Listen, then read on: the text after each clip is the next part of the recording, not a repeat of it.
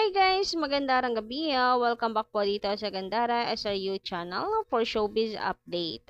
Andito na naman nga po akong muli, nagbabalik. Ang nagmamaganda po ninyong kachismosang Kim Pao upang maghatid ang latest update at fresh happenings patungkol po sa dalawa. And for tonight's Kim Pao update nga po, ang ating pag-uusapan ay tungkol dito sa paalala ni Kimi para po kay Paulo Avellino. 'Di ba? Ang sweet.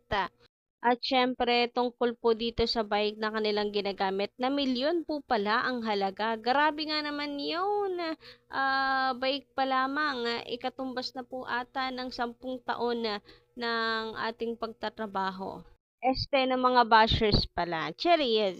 Anyway, bago po yan, sa mga hindi pa po nakaka-subscribe dito sa ating channel, maaari lamang na pindutin po ninyo ang subscribe button at ng notification bell na nandiyan sa baba para maging updated po kayo at ma-notify tuwing may bago po tayong balita.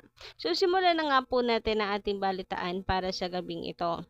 So, may ganap nga po ni Paulo Avellino sa Okada. Alam niyo na rin naman po yan na siguro ngayon.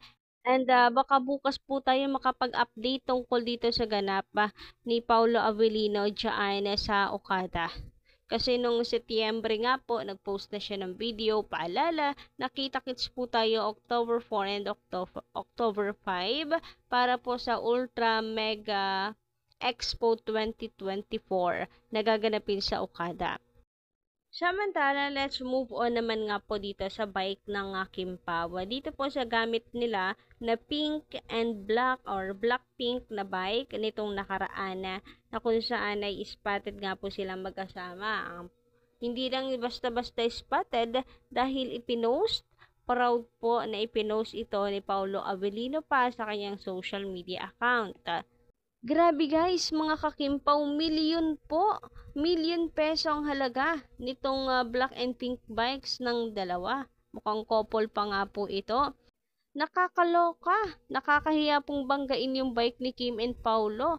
Yung presyo po kasi nakakalula. Naku, for sure guys. Ang bashers na naman po ng Kim Pao magtatahol na naman kasi mga inggit na naman kasi, mga insecure na naman, kaya mag-iingay na naman yan sa social media.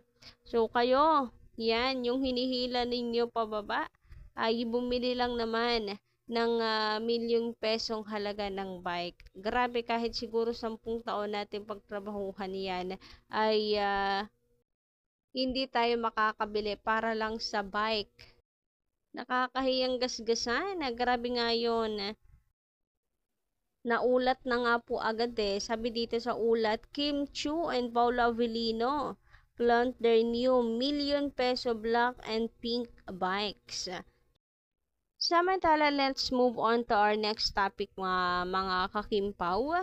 Si Kim Chu ay meron pong munting paalala and sweet message for Paulo. Simple lang naman ang ingat po. So nabanggit po niya yan sa showtime na dapat lang naman po talagang mag-ingat.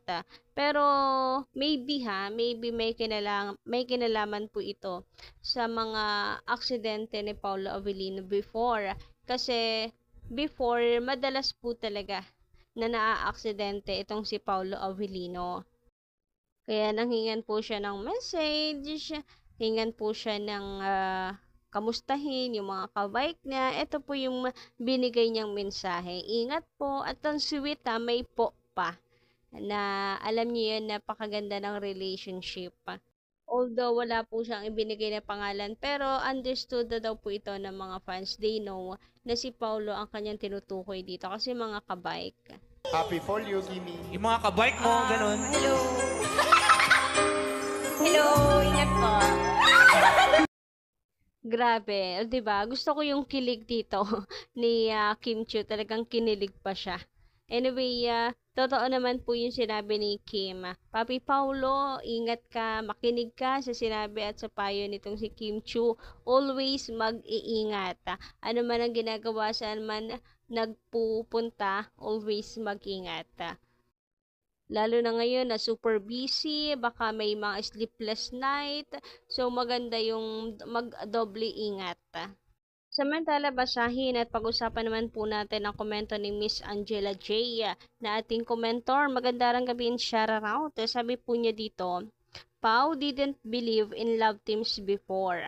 And we have to respect everyone's opinions. Yes, tulad ng sinabi ko sa inyo nung nakaraan, yung nag-comment sa atin tungkol dito, hindi ako galit. Actually, happy ako na pinapaalala na before si Paulo ay ganito, si Paulo ayaw sa love teams, pero tingnan nyo naman ngayon, before ganito si Paulo, tahimik, may sariling mundo, pero tingnan nyo naman ngayon, ibang-iba na siya. Parang ang sarap pong isipin just because of Kim Chu. And yung mga pagbabago naman po na ito ay wala naman pong masama. Actually, maganda kasi nakikita po na natin madalas nang ngumiti itong si Paulo. Dati kasi seryoso face lang siya eh. Introvert, nasa isang sulok, tahimik, nonchalant. Pero ngayon, nabawasan na. Ang gaan po tingnan pag siya'y nakangiti. So, sa ikabubuti naman po yung pagbabago niya kumbaga. And that's how I respect others' opinion. Anyway, dagdag pa po dito ni Miss Angela. He waited until Kim was no longer stuck from her love teams anymore. Grabe, 15 years guys yung inintay ni Paulo. She has been his crush since the PBB days. But years passed by without offers to pair them together. His mindset changed when he was finally given the chance to work in Linlang. And what's wrong with Secretary Kim's series with her? Now he wanted to work in more projects with her so they could and can spend more time together to enjoy each other's company on and off the screens, and to protect and take care of her. Kim later confessed she had a crush on Paulo also. Kim and Pau have a genuine, sincere, and unconditional love together. In God's perfect time and timing. Thank you for the vlog, Miss Gandara SRU. Kim Pau, love forever. So, totoo po lahat ng sinabi nyo. So, kumbaga, ang sa huli, ay nagkaalaman na parehas silang may feeling sa isa't isa. Na ikinatutuwa naman po ng mga fans dahil wala namang masama. Dahil parehas naman po silang single. Kumbaga, wala pong sabet. At hiling nga po ng mga fans, sila na yung maging endgame po sana. Sana pagbigyan ng Diyos ng ang hiling ng mga Kim Pao fans. For sure, madami po ang magtatalon sa tuwa pag nangyari po ayon. Kayo po ba, agree po kayo? Paki-comment ka lang po dyan sa baba. And don't forget to click the subscribe button and notification bell for more updates. Maraming salamat.